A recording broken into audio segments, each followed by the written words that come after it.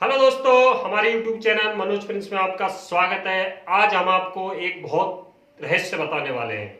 एक ऐसा रहस्य है जो सदियों तक अभी तक छुपा हुआ है। एक ऐसा रहस्य है जिसका लोगों को इंतजार है कि ये रहस्य कब खुलेगा।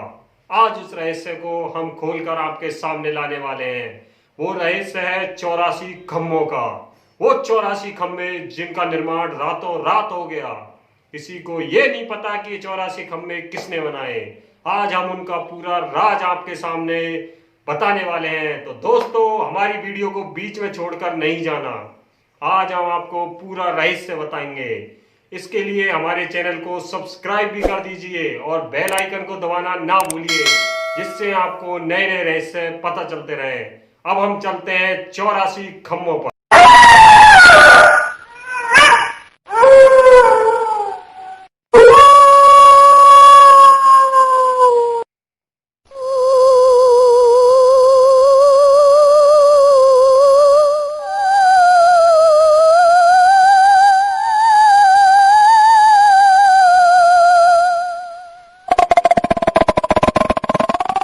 हम पहुंच चुके हैं भूतिया 84 खम्भे, कामा भरतपुर राजस्थान में।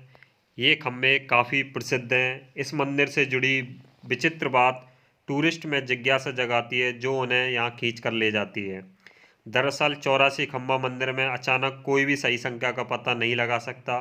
जो कोई भी इन्हें गिनने की कोशिश करता है उसे या तो ज़्यादा खम्भे दिखाई देते हैं या फिर कम।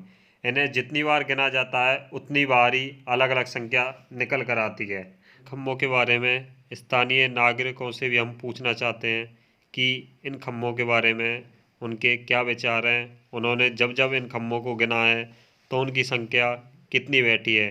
तो अब हम इन स्थानीय नागरिकों से बात करते हैं। अभी आप देख रहे होंगे काफ़ी लोग यहाँ पर इन खम्भों को गिन रहे हैं, तो मैं इनसे पूछना चाहता हूँ, आप यहाँ के लोकल निवासी हो, आपने ये खम्भे अभी गिने हैं तो कितने बैठे हैं यहाँ पर? 87 बैठे हैं। 87। आपका शुभ नाम? पीयूष जैन। आपका? मेरा ऋषभ जैन, मैं आप? डीग से हूँ। मैंने गिने 90 बैठे मेरे हिसाब आपके से। 90 बैठे हैं। आपका नाम? 85। आपका नाम? प्रशांत शर्मा। बलराम यादव 81। ठीक।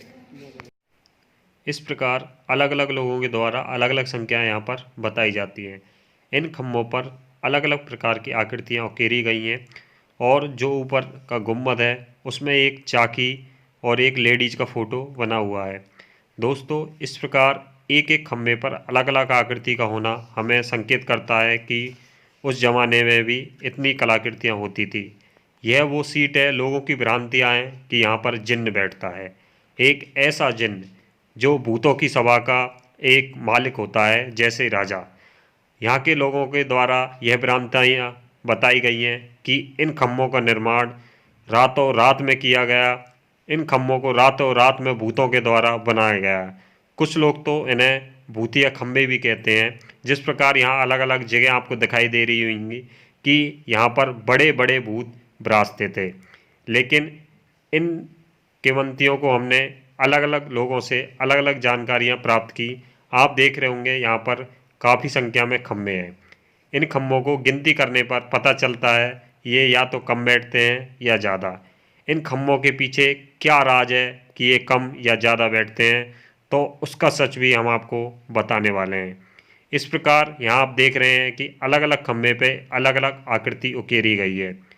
यह संस्कृति बहुत पुरानी है, लेकिन यहाँ के लोग इसे भूतिया खम्भे क्यों कहते हैं?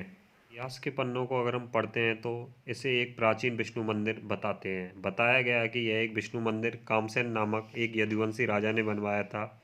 यह कामसेन राजा तंत्र विद्या क्या ज्ञाता था। उसके दरबार में तांत्रिकों का जमावड़ा रहता था।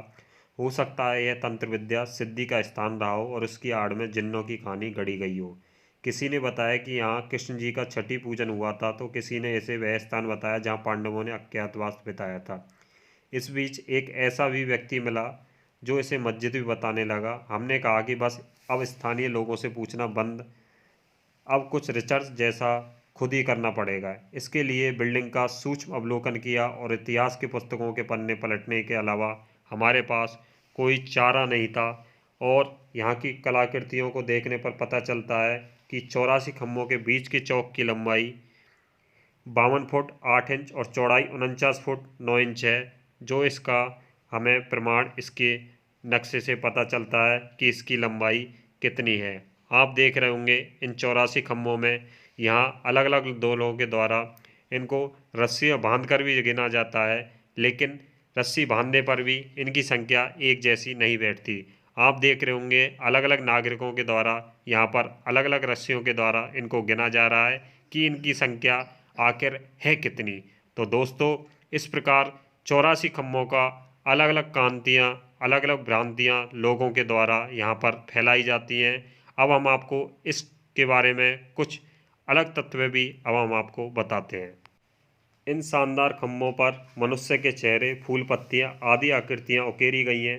कुछ पत्थर ऐसे भी मिले हैं जिन पर कुछ शिलालेख जैसा कुछ अंकित था, पर समस्या वही, इस लिपि को पढ़े कौन। खैर, पुस्तकों के अध्ययन वाले काम से कुछ सफलता मिली। भारत सरकार के शिक्षा मंत्रालय के अंतर्गत वैज्ञानिक एवं तकनीकी शब्दावली आयोग में वरिष्ठ अनुसंधान अधिकारी रहे विजेंद्र कुमार माथुर की लिखी हुई एक पुस्तक का इसमें विस्तृत विवरण मिला।